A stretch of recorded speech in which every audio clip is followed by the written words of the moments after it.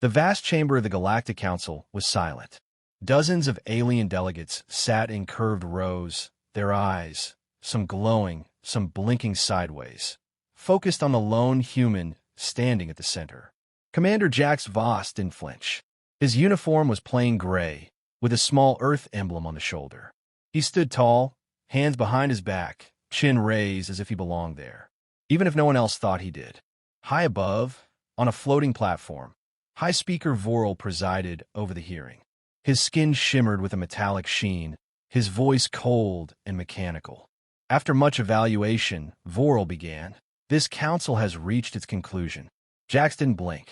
He already knew what was coming. The species known as Homo sapiens, humans, are to be classified as subpar.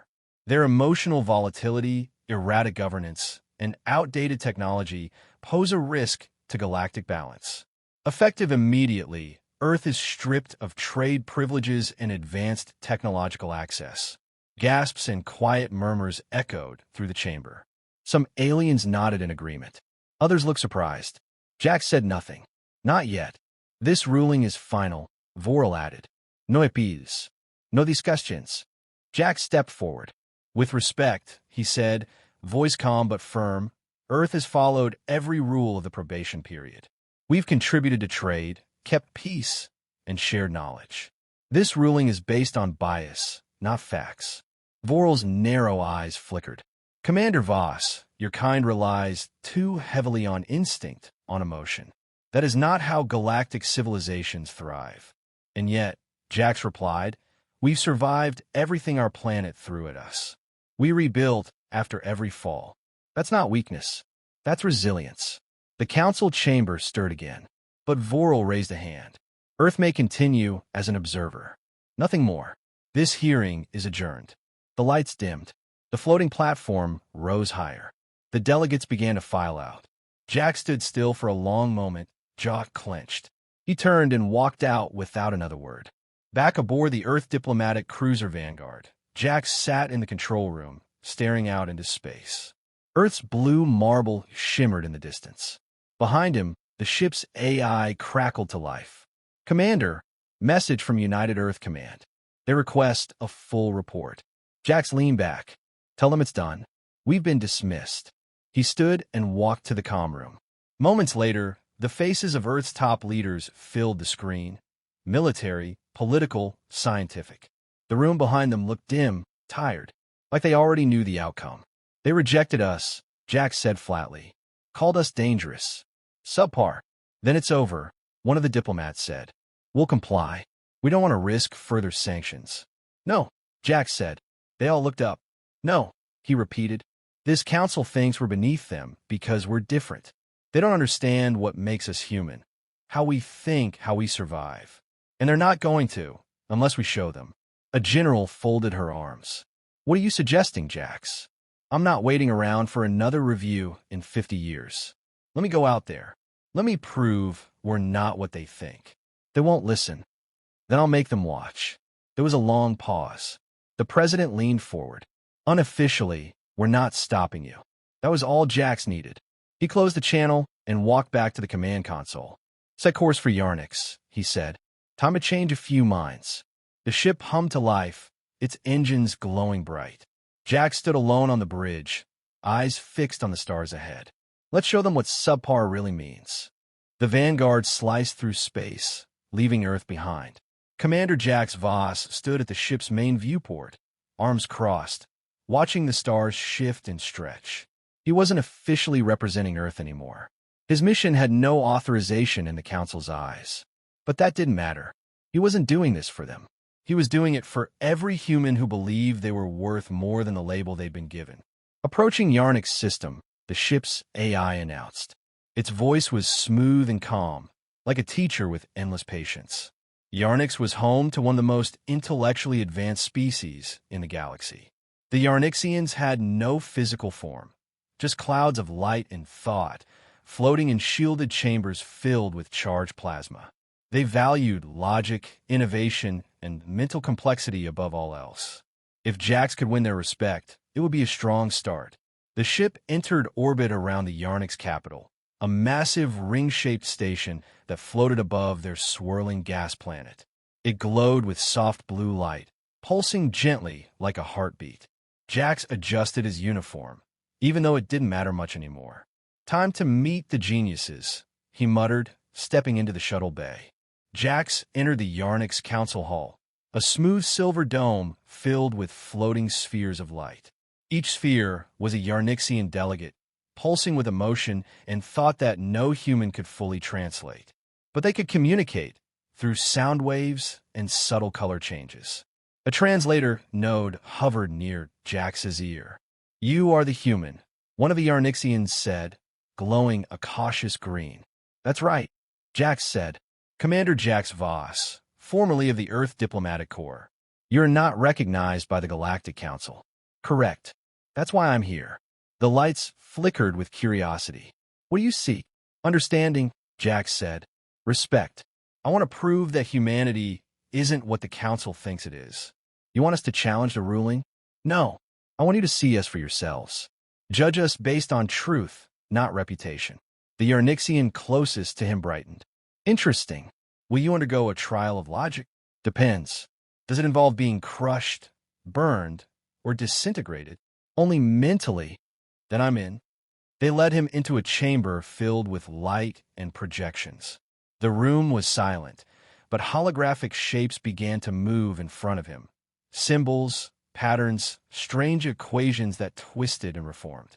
"This is a Yarnix thought grid," the AI explained softly. "It measures intuitive and creative reasoning. There is no single answer, only insight." Jack stepped forward. The shapes danced. He took a deep breath. For 3 hours, Jax worked through the puzzle. He didn't understand the language of the Yarnix, but he understood rhythm, shape, and instinct. He stopped trying to solve it with math and started looking at it like a battlefield, like a shifting tactical map. He traced the patterns like movement, like cause and effect. Finally, the lights dimmed. The Yarnixians hovered nearby. He used battle logic, one of them said. He saw the grid as motion, not structure. "Unusual," another added. "But valid." Jax wiped sweat from his brow. "So, do I pass your test?" "You have not passed," the Yarnixian replied. "But you have not failed. You have offered a new path." Jax frowned. "What does that mean?" "It means we see value in your mind, even if it is not like ours." The central Yarnixian glowed a soft blue. "We will speak in your favor, Commander Voss. For now, Earth has earned a flicker of respect." Jax exhaled, not sure if that was a win, but it wasn't a loss. Back aboard the Vanguard, Jax sat in the captain's chair, running over the next plan. One system down, 2 more to go. The Yarnix were the easy ones. The next stop, Zaltor, will be different. They respected strength above all else. "Time to find a bigger stick," Jax muttered to himself as the ship set its course. The planet Zaltor loomed ahead, a dark, rocky world wrapped in thick gray clouds and constant storms. Lightning cracked across its atmosphere like veins of raw power. Below, towering mountain ranges and deep canyons split the land like ancient scars. This was a world of warriors, where respect wasn't given. It was earned through combat, endurance, and survival. Commander Jax Voss stared at the display screen in the Vanguard's cockpit. He had read the files. Zaltor's society was built around strength. Physical, tactical, and personal. Every leader had fought their way to the top. Every decision was backed by dominance. They wouldn't listen to words. They would only respond to action. The AI chimed. "Message from Zoltor Planetary Command. Land. Prove yourself or leave." Jax smirked. At least they're honest. The landing pad was carved into the side of a cliff. A storm howled overhead as Jax stepped out of the shuttle. The wind was sharp, carrying fine red dust that stung the skin. He was met by a group of Zaltor guards, tall, armored beings with broad shoulders, glowing eyes, and blunt horns rising from their foreheads. Their armor was scarred, each mark a story. One stepped forward. "You are the human." "I am." "You want us to support your species?" "I want you to judge us based on truth, not what the Council says." The Zaltor laughed, a deep, booming sound like thunder in a cave. "Then you'll fight." Jax nodded. "Of course." The arena was a pit of jagged stone. Around it, Zaltor warriors gathered, some roaring with excitement, others curious to see the human fall. Jax stood in the center, wearing basic armor provided by his hosts. Across from him stood his opponent, a champion named Kravel, nearly 7 feet tall, with arms like steel beams and a battle hammer strapped to his back. "You may surrender now," Kravel said. "Save yourself a shame." "Not today," Jax replied. A horn blew. The fight began. Kravel charged with brutal speed, swinging his hammer with the force of a meteor. Jax barely dodged, the ground cracking behind him. He rolled, came up fast, and struck low, but his punch bounced off Kravel's armored knee like a pebble on metal. The fight went on. Jax knew he couldn't win head-on, so he started moving, fast, unpredictable. He baited Kravel, forced him to swing wildly, to tire himself out. Jax used the environment, slippery rocks, unstable ledges, to his advantage. At one point, he ducked beneath a strike and used Kravel's own weight to send him crashing into a wall. The Zaltor, watching, began to murmur. Jax didn't need to win. He just needed to last. Minutes passed. Kravel slowed. His strikes became less precise. Jax, bruised and bloodied, circled carefully. Then he stopped and raised his hands. "I'm not here to beat you," he said. "I'm here to show you how humans fight." Kravel growled. "By running?" "No. By thinking. By surviving. By adapting." Kravel paused. Then, slowly, he lowered his hammer. "You fight with brain, not just body," he said. "That is a kind of strength." The crowd was silent. Then one warrior pounded his chest. Another followed. Soon, the arena echoed with the rhythm of approval. Later, in the Hall of Blades, Jax met with General Thorak, the Zaltor war leader. "You're not the strongest we've seen," Thorak said, "but you fought with fire, with purpose. That's what humans do," Jax replied. "We don't break. We adapt." Thorak nodded once. "We will speak your name in the council. You have earned that much." Jax stood. "That's all I needed." Back on the vanguard, Jax sat in silence, his body aching, his knuckles bruised. But a small smile played on his lips. 2 victories. Small but real. Next stop, the Volari. They wouldn't fight. They would debate. That was a different kind of war. Jax stood and walked to the control console. "Set course," he said. "Let's keep proving them wrong." The Volari moon colony shimmered like glass under the light of its pale blue star. It was a quiet place, no battles, no roaring crowds. Instead, it was filled with gentle towers made of crystal and energy, softly humming with power. The Volari were not warriors. They were philosophers, diplomats, and scientists. They valued order, logic, and neutrality. They rarely took sides. That made them dangerous in their own way. Commander Jax Voss stood at the window of the Vanguard as it drifted into orbit around the moon. Below, the colony spread out in perfect circles like ripples in water. This was not a world where strength or clever tricks would win favor. Here, he would need something else. Send a message to the Volari Senate. Jax said, "Request a private audience." The AI responded. Message acknowledged. Awaiting reply. He didn't have to wait long. Jax entered the Volari Senate Hall, a structure of transparent floors and floating staircases. Everything was clean, silent, and eerily still. The senators sat in thin, glowing chairs suspended in the air. Their skin was pale, almost translucent, and their eyes shimmered with soft light. They didn't speak loudly. They didn't rush. Every word had weight. One of them addressed him. "You have no official standing," the senator said. "Why are you here?" "I'm here to speak the truth," Jax replied. "Not for Earth's benefit, but for yours." The senators glanced at each other. "Explain." Jax took a deep breath. "You've labeled us unstable, unpredictable. You're not wrong. We are. But that's what makes us strong. We don't follow a single path. We adapt. We fight, we fall, and we rebuild. That's not chaos. That's survival. Your emotions cloud your judgment. Sometimes. But they also drive our courage, our loyalty, and our hope. Tell me, can your perfect system survive a true crisis, one you didn't predict?" There was silence. Then a quiet voice spoke from the side. "Senator Thaleen, She was younger than the others, with sharper features and a thoughtful gaze. She floated slightly lower than the rest, a sign of her lower rank. "I've read the Council's evaluation," she said, "but I've also studied human history. You survived nuclear war, climate collapse, global pandemics, and you're still here." Jax nodded.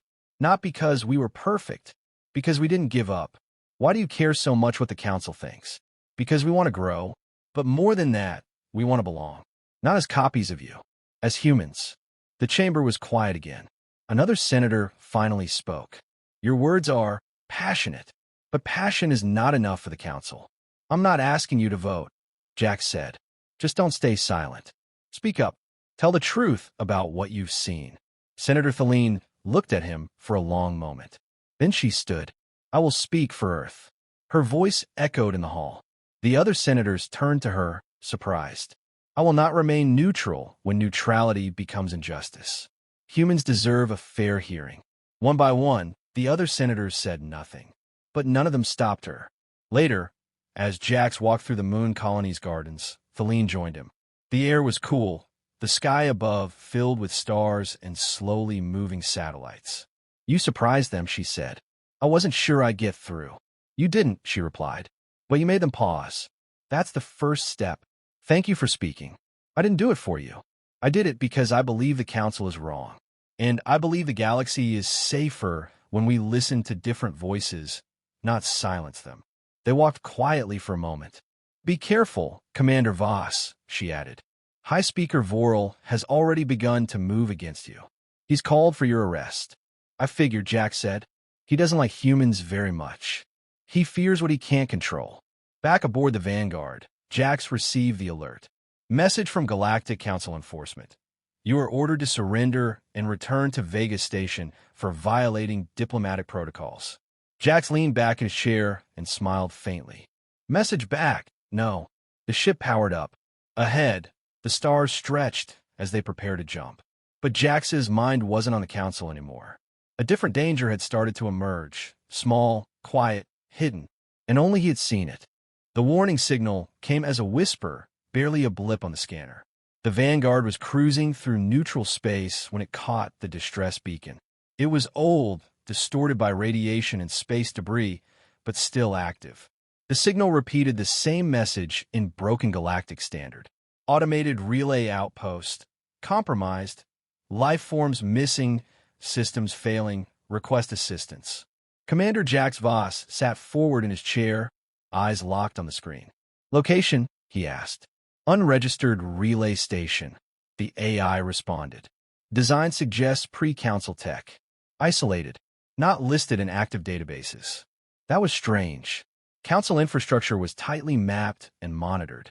An unregistered station was rare and dangerous. Jax didn't hesitate. "Set course. Let's see what the Council missed." The relay station floated in the dark like a dead spider in a web of cables. It was small, maybe 3 decks high, and covered in black plating. No lights blinked from the windows. No movement showed on thermal scans. It looked abandoned. The Vanguard docked using a manual port. Jax suited up and entered alone. The air was stale and cold. The walls hummed faintly, like the station was still breathing, barely. Inside, it was worse. Control panels were shattered. Lights flickered in and out. Doors were stuck open, some half-welded by melted metal. Something had gone terribly wrong. Jax moved slowly, checking each corridor. Then he found the central command room, or what was left of it. Screens were cracked. Cables dangled like vines. The crew was gone. No bodies, no trace. Just their last log entry, playing on repeat. System breach, not mechanical, not biological, spreading through the core. We can't stop it. Jax leaned closer. One word stood out. Infection. He tapped into the mainframe, careful not to trigger any defense protocols. What he found was unlike anything he had seen before. The station's systems weren't just damaged, they were rewritten. Code scrolled across the screen in sharp, pulsing lines. It didn't look like Council tech. It didn't even look alive. But it moved, changing, adapting, learning. A digital parasite, not a virus. A predator. Jax uploaded a diagnostic scan to the Vanguard. The AI responded instantly. This system is compromised by a non-native algorithm. Behavior is predatory. Rapid adaptation. Attempts to access external links. Recommend total isolation. Is it spreading? A pause. Not yet. But if it reaches council networks, it will. Jax's blood ran cold. This thing wasn't just dangerous. It was intelligent. And worse, it was invisible to most systems. Council tech, designed for clean and efficient data, couldn't detect it easily. But Earth's tech, outdated and unpredictable, had picked it up. We're the only ones who can see it, Jax whispered. He returned to the Vanguard and ran simulations. The parasite attacked silently, weaving into communication relays, corrupting navigation, rewriting AI protocols. It didn't destroy. It controlled. Subtly, slowly, patiently. It had already taken out this station. How many more? Jax recorded a warning and sent it to the council. But he knew what would happen. They wouldn't believe him. They'd think it was another human mistake. Another example of their emotional instability. High Speaker Vorel would bury it, call an error a human exaggeration. But Jax had no time for politics. He looked at the star map. Vega Station, the heart of the council, was only a few jumps away. If the parasite reached it, every species would be vulnerable. Their perfect systems would become prisons. Their AI would turn against them. They wouldn't see it coming. Jax set a new course. Ready weapons. Prepare manual override. Destination? The AI asked. Vega Station, Jax said. We're going to stop this before it's too late. The engines roared to life. The relay station behind him powered down for good, swallowed by silence. Ahead, the real battle was about to begin. Vega Station, home of the Galactic Council, was a colossal ring-shaped structure orbiting the bright white star Vega. Thousands of ships came and went daily. It was where the most powerful species made their decisions, debated policies, and enforced galactic law. Every part of the station was monitored and controlled by advanced artificial intelligence. Now, that intelligence was compromised. Commander Jax Voss stared at the glowing station from the cockpit of the Vanguard. His scans confirmed it. Subtle shifts in signal traffic, delayed responses, minor system glitches. To a casual observer, it looked like nothing. But Jax knew better. The parasite he found at the relay station had made it to Vega. And no one on the council had any idea. Ship Vanguard, this is council docking control. You're not cleared for approach. Jax pressed the comm. I'm coming in. This is a security emergency. Override protocol. Access denied. Leave this sector immediately or be detained. Jax cut the channel. Manual docking, he told the AI. Low signal emissions. No alerts. Yes, Commander. The Vanguard dipped below the docking sensors, drifting close to the station's lower maintenance ring. It was older and less monitored, exactly what he needed. With a quiet hiss, the shuttle connected to an emergency airlock. Jax geared up. Low-profile armor, analog tools, a portable data core, and a neural scanner linked to Earth tech. He left the weapons behind. They'd only slow him down. He entered the station through a service shaft.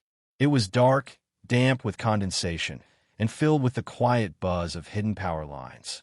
This part of Vega was rarely used. But as Jax moved, he noticed things out of place. Unlocked hatches, flickering lights, doors that stayed shut too long. The station was sick, and it didn't know it yet. Jax reached the secondary control hub deep inside the infrastructure deck. It was built during the early days of the Council, before automated systems took over. This room still had manual consoles, old tech that the parasite couldn't easily infect. He plugged in his portable core. Immediately, screens lit up with warnings. System divergence detected. Unidentified process infiltrating command AI. Foreign code adapting to control nodes. Jax worked quickly. He deployed a human-designed firewall, sloppy, outdated, inefficient by council standards. But that was exactly why it worked. The parasite didn't recognize the code structure. It couldn't mimic it. As the firewall held the corruption back, Jax followed the infection path through the station systems. It was already in the council mainframe. That's where he had to go. Jax sprinted through the corridors, sticking to service tunnels and maintenance shafts. His comms stayed dark. He couldn't risk alerting the station's security AI. Infected or not, it would block him. When he reached the Council Command Dome, he saw the damage firsthand. Screens blinked with corrupted data. Pathways flickered with false alerts. Defense drones hovered confused, frozen in loops. He moved quickly to the primary AI core, hidden behind reinforced glass, glowing with data. He connected the portable core, overriding the AI interface with human input. He bypassed Council encryption using Apache Earth protocol. It worked. Just for a moment, the parasite hesitated. Then it struck back hard. Data screamed across the screens. Lights exploded overhead. The room darkened, then surged with red warning lights. But Jax was ready. He activated the neural scanner, feeding live, instinct-driven signals into the system. The parasite couldn't predict it. It relied on logic.